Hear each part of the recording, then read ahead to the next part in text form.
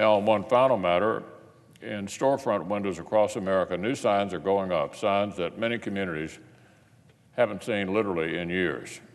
Here's what the signs say: now hiring. Just 16 months into the Trump administration and this Republican Congress, the percentage of American workers who are unemployed, underemployed, or have given up finding a job is already smaller than it ever was in any of the Obama years. In fact, it hasn't been this low since 2001. Let me say that again: less unemployment, underemployment, and discouragement today than at any point in the last 17 years. Or we can look at how many Americans are receiving unemployment benefits. The answer is fewer today than at any time since, listen to this, 1973. We all know these economic indicators can be noisy, but the big overall shift from the Obama era is impossible to deny. Republican policies have taken Washington's foot off the brake of the U.S. economy. We've rolled back a host of job-killing regulations. We've passed historic tax reform for middle-class families and job creators. These Republican policies have helped to unleash a dynamic, growing economy that's producing many more new jobs. It's putting the stagnation of the last decade literally to shame. That means sidelined workers get the chance to check back into the game.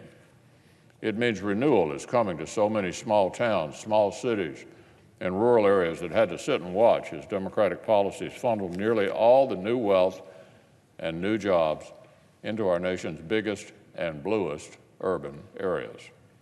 It means higher wages as local businesses are forced to compete again for the best workers.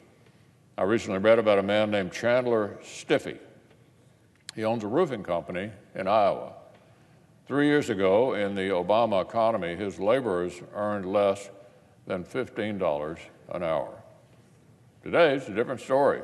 Now the unemployment rate in Iowa is under 3%, and Mr. Stiffy pays $25 per hour to attract the best talent.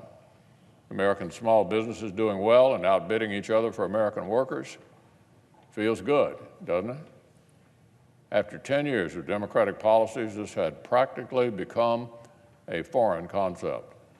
Not anymore. It's a new day. More business for job creators, which means more good jobs that need filling, which leads to higher paid for workers. This is all happening all over our country.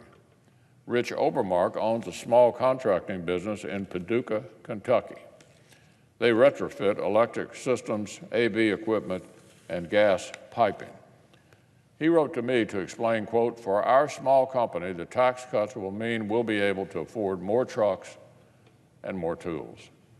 Tax reform," he said, "will allow us to invest back into our company, which will in turn allow us to hire more people, more business, more investment, more job openings, and higher pay for workers as a consequence." After 8 years of Democratic policies, this sure is a sight for sore eyes. And this is only the beginning.